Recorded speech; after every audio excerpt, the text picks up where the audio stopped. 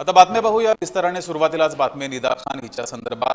गेल्या अनेक वर्ष फरार असलेले महिने काही दिवस फरार असलेल्या निदा खान हिला अखेर पोलिसांनी अटक केलेली आहे। निदा खानला 11 मे पर्यंत पोलीस कोठडी सुनावण्यात आलेली आहे। नाशिक कॉर्पोरेट जिहाद आणि धर्मांतर प्रकरणी निदा आरोपी आहे। ती गेले काही दिवस फरार होती। हे प्रकरण जेव्हा समोर आलं तेव्हापासूनच निदा खान फरार होती आणि तिला अत्यंत शिताफीनं पोलिसांनी अटक केली आहे।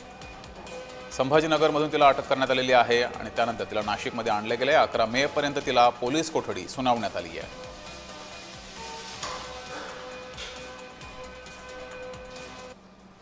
आरोपीला ताब्यात घेऊन काल रात्री उशिरा औरंगाबादच्या संबंधित ज्युडिशियलच्या कोर्टासमोर नेण्यात आलं।